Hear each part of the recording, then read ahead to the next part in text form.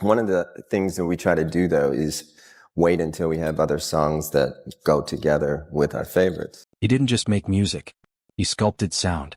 As an artist, I just went there just to find it. And then you make changes.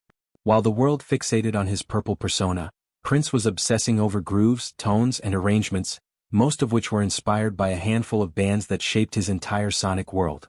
The truth. His creative mind didn't come out of nowhere. It was carved from records he played until the vinyl cracked. You might expect Trix, MJ, or even Bowie. But the real inspirations, they're funkier, more unpredictable, and in some cases, nearly forgotten by mainstream ears. Applause. In this video we dive into the 6 bands Prince didn't just admire.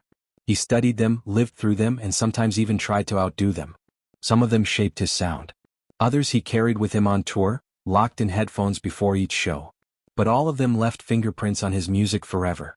Stick around till the end for a band that Prince called a galaxy of rhythm.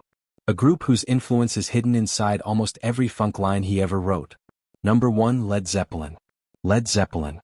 Some artists inspire, others ignite something. Zeppelin exploded it. Prince wasn't shy about what drove him. He didn't just crave sound.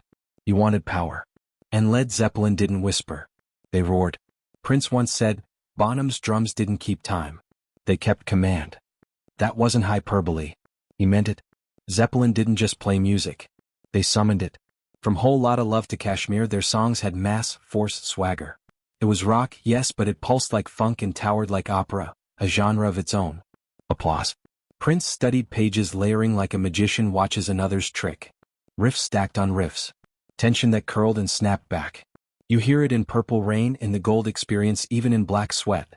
The guitars sound different, but the architecture is Zeppelin. Offstage, Prince moved like a ghost.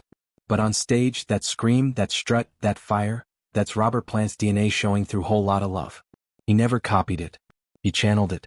Their stage presence gave him permission to be unhinged, raw, shirtless, unapologetic.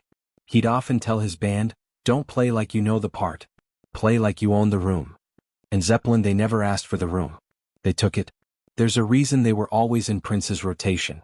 Not because they were rock gods, because they were fearless, dangerous, loud in the right ways. He didn't see boundaries in music, and neither did they. Number 2, Sly and the Family Stone. Prince didn't just grow up with soul music. He studied it like scripture. But there was only one band that tore up the book and rewrote the rules in real time. Sly and the Family Stone didn't just funk. They fused. Race, gender, genre. No one before them moved like this. No one after dared to move the same. Prince once said, Sly didn't have backup singers. He had an army. Their sound was a riot in stereo.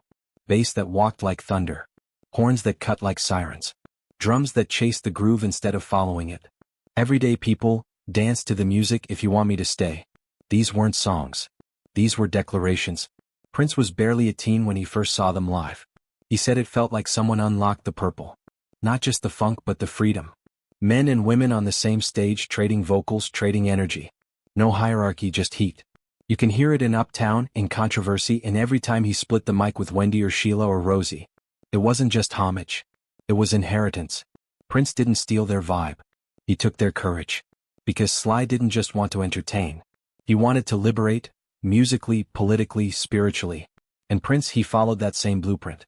Make them dance, then blow their minds. That's why Sly wasn't just one of Prince's favorites. He was part of his foundation. Number 3, INXS. Prince didn't hand out praise easily, especially not to rock bands. But when it came to INXS, he didn't hesitate. He once called them the sexiest band in the world. And he meant it. INXS didn't just play. They prowled. A hybrid of funk, new wave, and rock that somehow landed like liquid fire. And at the center of it all was Michael Hutchence. Barefoot, shirtless, magnetic. Prince admired performers who owned the stage, who made it feel like a bedroom and a battlefield all at once. That's what Hutchence did. He didn't perform at you. He pulled you in. INXS wasn't just a band. It was a pulse, a groove, tight, slick, and built like a funk machine disguised as a rock outfit. Listen to what you need. That bass line could have been cut in Minneapolis. But it wasn't just the sound. It was the swagger. Prince recognized it instantly. He even attended their shows incognito, back of the arena, dark glasses on, head nodding. He didn't try to work with them, didn't cover them, didn't need to. The respect was wordless. Just a nod from one animal performer to another. Now that the day is over, Prince didn't just admire their music. He admired their risk. NXS didn't follow pop trends. They built their own lane. Seductive, strange, always a little dangerous. And that's what Prince respected most. Control over chaos. Turning sweat into style, making lust feel like poetry. NXS didn't sound like Prince, but they moved like him, and that was more than enough. Number 4, De La Soul. Prince didn't just listen to the charts. He listened between them. That's where De La Soul lived. They didn't sound like anyone else. They didn't look like anyone else. And Prince noticed. He once described them as daring in the softest, smartest way. This wasn't gangster rap. It wasn't pop-hop. De La Soul dropped their debut like a velvet revolution. 3 feet high and rising, didn't try to fit in. It made everything else sound outdated. It's just me, myself, and I. Prince loved reinvention, but he worshipped innovation. And De La Soul re-engineered what hip-hop could be.